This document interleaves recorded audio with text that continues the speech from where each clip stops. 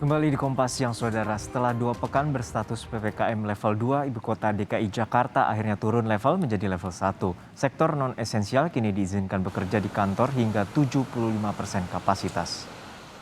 Terkendalinya tingkat penularan COVID-19 selama 2 pekan terakhir di Ibu Kota menjadi alasan penurunan level pemberlakuan pembatasan kegiatan masyarakat. Tidak hanya perubahan kapasitas karyawan yang bekerja di kantor, kini fasilitas umum mulai dari pasar, mal, hingga restoran dan kafe diizinkan melayani 75% kapasitas.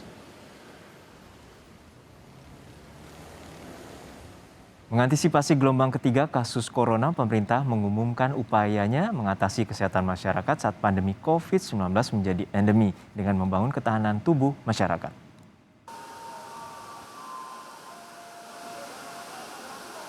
Sejak kasus COVID-19 melonjak drastis di Indonesia pada Juni hingga Juli lalu, sejumlah pengetatan mobilitas dan aktivitas masyarakat diberlakukan pemerintah. Perlahan jumlah kasus menurun hingga pelonggaran aktivitas masyarakat kembali diberlakukan. Bandara dan stasiun kereta dibuka dengan sejumlah syarat kesehatan seperti tes usap, dan tempat rekreasi mulai ramai dikunjungi warga.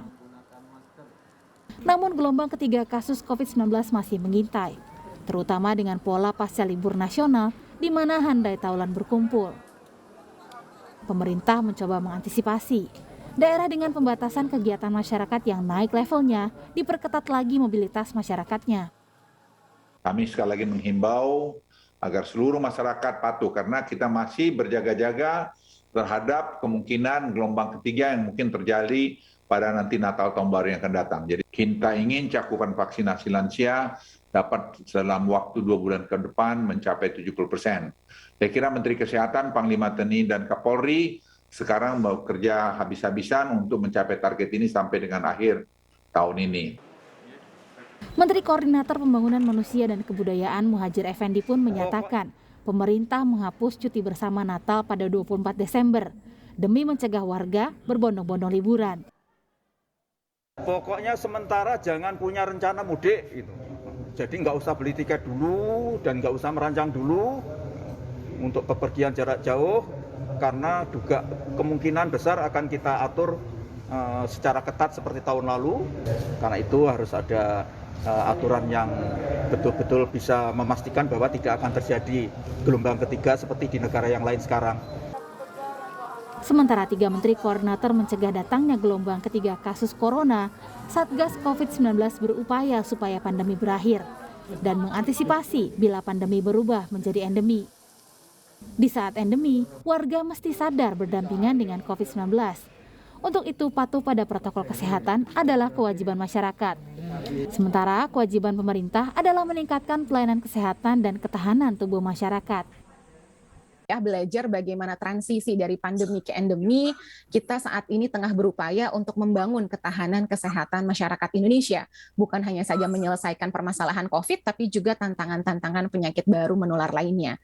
Dan caranya adalah 1, perubahan perilaku, ini wajib, kepatuhan protokol kesehatan. Yang kedua, bagaimana kita mempercepat pembentukan kekebalan komunitas atau herd immunity, ajak semua sekitar kita untuk vaksinasi.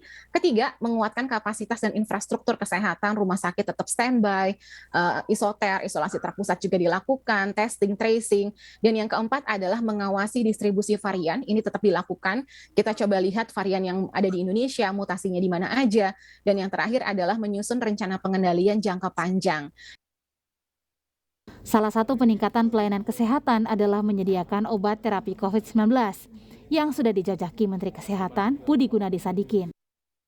Dan kami sudah sampai ke tahap finalisasi dari agreement agar Indonesia bisa mengadakan tablet molnupiravir diusahakan di akhir tahun ini. Ya, sehingga kita memiliki cadangan cukup untuk menghadapi bila ada potensi gelombang berikutnya. Kami juga sudah menjajaki dengan mereka untuk bisa membangun pabrik obatnya juga di Indonesia dan termasuk bahan baku obatnya. Percepatan vaksinasi meningkatkan tes usap dan penelusuran kasus serta membuat masyarakat patuh pada protokol kesehatan adalah kewajiban pemerintah. Sementara itu, masyarakat wajib mematuhi protokol kesehatan.